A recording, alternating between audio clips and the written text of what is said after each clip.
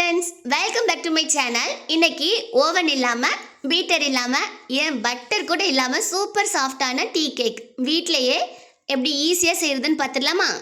அதுக்கு இன்னைக்கு நான் 1.5 கப் அளவுக்கு மைதா மாவு, 3/4 கப் அளவுக்கு காய்ச்சி ஆற வச்ச பால், 2 முட்டை, 1/4 கப் அளவுக்கு எண்ணெய், 1/4 கப்புக்கும் கொஞ்சம் கூட சீனி, அப்புறம் வெனிலா எசன்ஸ், கொஞ்சமா பேக்கிங் பவுடர், பேக்கிங் சோடா, இவ்வளோதான் இந்த கேக்குக்கு தேவையான இன்க்ரீடியன்ட்ஸ். ஃபஸ்ட்டு ஒரு மிக்சி ஜாரில் நம்ம எடுத்து வச்சுருக்க முட்டை, சீனி, எண்ணெய், பால் எல்லாம் சேர்த்து நைஸாக அரைச்சி எடுத்துக்கலாம். உங்கள்கிட்ட வெனிலா எசன்ஸ் இல்லைன்னா இந்த ஸ்டேஜில் ஒரு 4 ஏலக்காவை சேர்த்து நைஸாக அரைச்சி எடுத்துக்கோங்க. நம்ம அரைச்சி வச்சுருக்க மிக்ஸை அப்படியே ஒரு பாத்திரத்தில் சேர்த்துடலாம். இதில் நம்ம எடுத்து வச்சுருக்க மைதா மாவை கொஞ்சம் கொஞ்சமாக சேர்த்து கட்டி எதுவுமே இல்லாமல் ஈவனாக மிக்ஸ் பண்ணி எடுத்துக்கோங்க. ரொம்ப கடான்னு எப்படி மிக்ஸ் பண்ணக்கூடாது, ஸ்மூத்தாக ஒரு ஜென்டிலாக அழகாக மிக்ஸ் பண்ணி எடுத்து வச்சுக்கோங்க. இது கூட நம்ம இன்றைக்கி பேக்கிங் சோடா, பேக்கிங் பவுடர், ஒரே ஒரு பிஞ்சு உப்பு சேர்க்க போகிறோம். கொஞ்சம் கொஞ்சமாக சேர்த்து நல்லா அழகாக ஈவனாக மிக்ஸ் பண்ணி எடுத்துக்கோங்க. நம்ம இந்த மாவு ரெடி பண்ணிகிட்டு இருக்கும் போதே குக்கரை ப்ரீ ஹீட் பண்ணி வச்சுக்கலாம். நல்லா ஹை ஃப்ளேமில் வச்சுக்கோங்க. குக்கரை அடுப்பில் வச்சுட்டு ஒரு 5லேருந்து 10 நிமிஷம் அப்படியே ப்ரீ ஹீட் பண்ணிக்கோங்க. அப்போ தான் கேக் டக்குனுமே நமக்கு ரெடியாகி வரும். அந்த ஓவன் மாதிரி கீழேயும் மேலேயும் ஈவனாக அந்த சூடு ஃபார்ம் ஆகி வரும். உங்கள்கிட்ட குக்கர் இல்லைன்னா நல்லா அடிக்கனமான ஏதாச்சும் ஒரு பேனோ இல்லை பாத்திரமோ கூட நீங்கள் எடுத்துக்கலாம். இந்த மாவு பார்த்திங்களா அழகாக இந்த கட்டிகள் எதுவுமே இல்லாமல் சூப்பராக மிக்ஸ் பண்ணியாச்சு.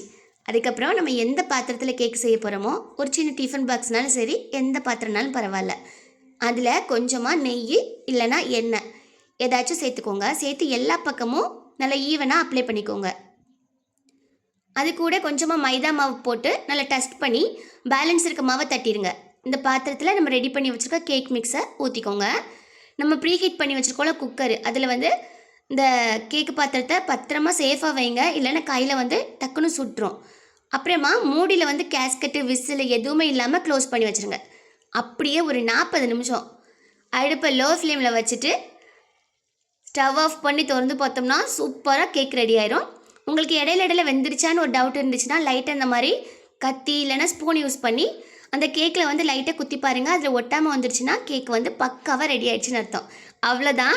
நம்ம சூடெல்லாம் ஆறுனதுக்கப்புறமா கட் பண்ணி சர்வ் பண்ண வேண்டியதான்.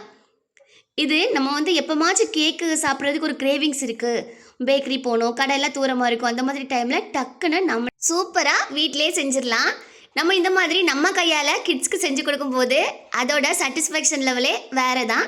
நமக்குமே டக்குன்னு செஞ்சு சாப்பிட்டுக்கலாம். செய்கிறது ரொம்பவே ஈஸி தான். கண்டிப்பாக ட்ரை பண்ணி பாருங்கள். ட்ரை பண்ணி பார்த்துட்டு ஃபீட்பேக்கை கமெண்ட்டில் சொல்கிறதுக்கு மறந்துடாதீங்க. வீடியோ பிடிச்சா லைக் அண்ட் ஷேர் பண்ணுங்கள். தேங்க்ஸ் ஃபார் வாட்சிங்.